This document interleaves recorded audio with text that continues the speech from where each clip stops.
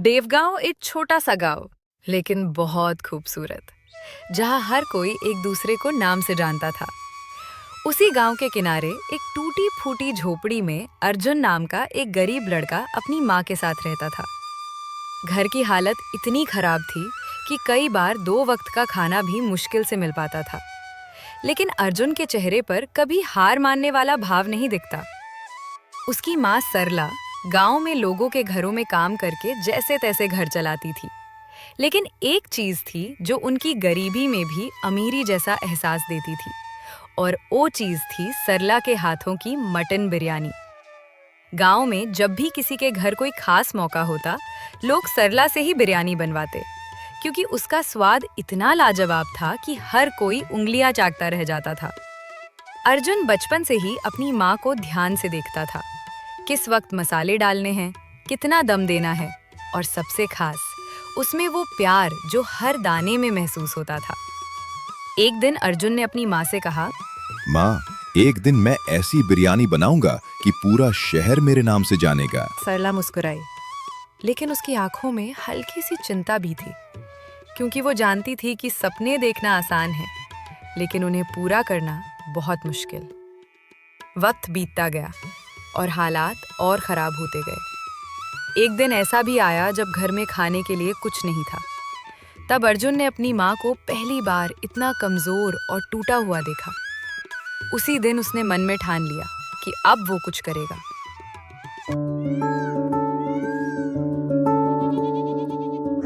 अगले ही दिन उसने गांव के हाट में एक छोटा सा मटन बिरयानी का ठेला लगाया। शुरू में लोगों ने उसे सीरियस नहीं लिया। कुछ लोगों ने कहा, अरे ये लड़का क्या बिरयानी बनाएगा? लेकिन अर्जुन ने हार नहीं मानी। उसने अपनी माँ से सीखी हुई वही रेसिपी इस्तेमाल की, वही मसाले, वही तरीका, और सबसे जरूरी वही दिल से बनाया हुआ स्वाद। पहले दिन सिर्फ 2 लोगों ने उसकी बिरयानी खाई, लेकिन जब उन्होंने खाई तो उनके चेहरे का भाव बदल गया। उन्होंने तुरंत अपने दोस्तों को बुलाया। अरे ये बिरयानी खा के तो देख, कुछ अलग है इसमें। धीरे धीरे भीड़ बढ़ने लगी। उस वक्त अर्जुन की आंखों में पहली बार उम्मीद की चमक आई। दिन के अंत तक उसका सारा खाना बिक चुका था। वह भागता हुआ घर आया और अपनी माँ को पैसे दिखाए। सरला की आंखों में खुशी के आंसू थे। उसने अर्जुन के सिर पर हाथ रखा और कहा, ये सिर्फ बिरयानी नहीं है बेटा, ये हमारा सपना है। उस दिन अर्जुन को समझ आ गया कि ये बस शुरुआत है और अब उसकी जिंदगी सच में बदलने वाली थी। अगले कुछ दिनों में अर्जुन का छोटा सा ठेला देवगांव की सबसे चर्चित जगह बन गया था। सुबह से ही लोग लाइन लगाकर खड़े हो जाते और दोपहर तक उसकी पूरी मटन बिरयानी खत्म हो जाती थी। जो लोग पहले उसे मजाक में लेते थे, वही अब अपने दोस्तों और रिश्तेदारों को लेकर आने लगे थे। अर्जुन हर प्लेट उसी मेहनत और प्यार से बनाता जैसा उसने अपनी माँ से सीखा था। लेकिन जैसे जैसे उसकी बिरयानी मशहूर होने लगी, वैसे वैसे कुछ लोगों को उसकी तरक्की चुभने लगी थी। गांव के ही एक बड़े ढाबे का मालिक शंकर, जो सालों से बिरयानी बेच रहा था, अब खाली बैठने लगा था। उसने कई बार अर्जुन को दूर से देखा और सोचता था कि आखिर इस लड़के की बिरयानी में ऐसा क्या है जो मेरे पुराने ढाबे से ज्यादा पसंद की जा रही है। एक दिन शंकर खुद अर्जुन के ठेले पर गया और चुपचाप एक प्लेट बिरयानी खाई। जैसे ही उसने पहला निवाला लिया, वह कुछ पल के लिए चुप हो गया।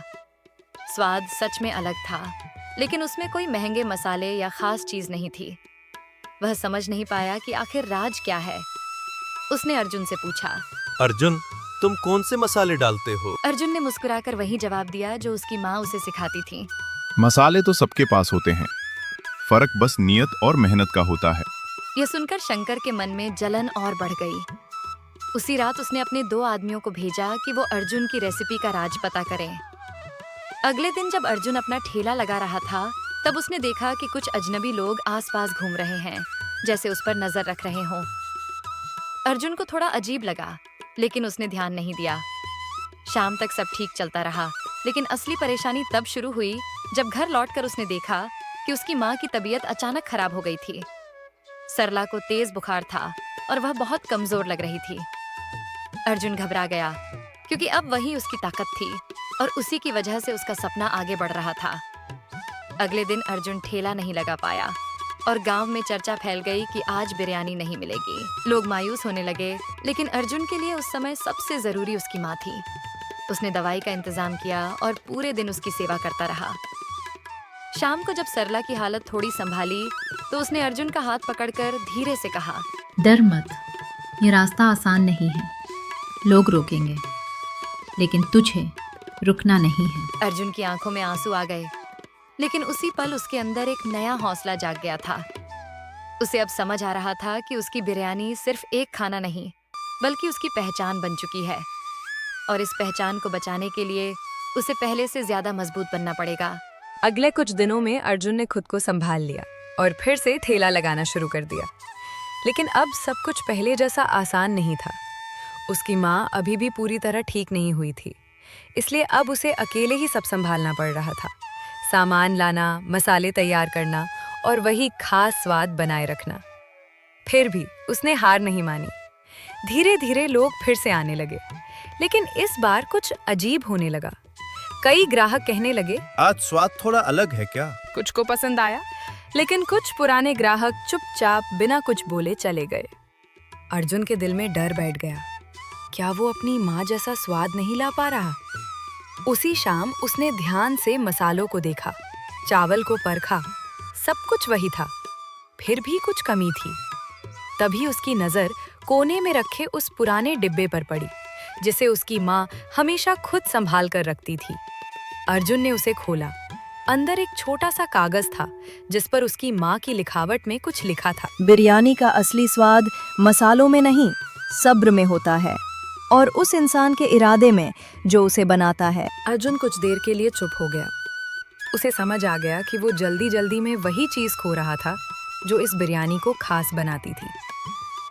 अगले दिन उसने ठेला थोड़ा देर से लगाया, लेकिन इस बार उसने हर स्टेप धीरे धीरे किया, मसाले भूनने से लेकर दम देने तक। उसने किसी भी चीज में जल्दबाजी नहीं की। जब पहली प्लेट तैयार हुई, उसने खुद एक निवाला लिया, और इस बार उसके चेहरे पर हल्की सी मुस्कान आ गई।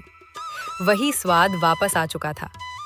जैसे ही ग्राहकों ने खाना शुरू किया, उनके चेहरे फिर से खिल उठे। भीड़ फिर से बढ़ने लगी। दूर खड़ा शंकर ये सब देख रहा था। उसे अब समझ आ गया था कि अर्जुन की ताकत उसकी रेसिपी नहीं, बल्कि उसका जज्बा है। वो धीरे धीरे अर्जुन के पास आया, कुछ पल चुप रहा और फिर बोला, मैं हार गया, लेकिन तू ये मत छोड़ना। अर्जुन ने बस मुस्कुराकर सिर हिला दिया।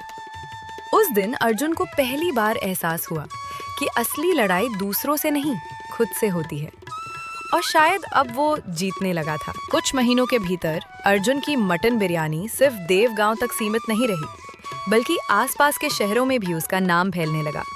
लोग अब उसे देव गांव का मशहूर बिरयानी वाला कहने लगे थे। उसका छोटा सा ठेला अब एक पक्की दुकान में बदल चुका था, और सबसे खास बात, उसकी माँ सरला अब पूरी तरह ठीक होकर फिर से उसके साथ खड़ी थी। लेकिन इस बार अर्जुन पहले जैसा नहीं था। अब उसके अंदर घमंड नहीं, बल्कि जिम्मेदारी थी। उसने कभी भी अपने स्वाद या तरीके में शॉर्टकट नहीं लिया, चाहे कितनी भी भीड़ क्यों ना हो।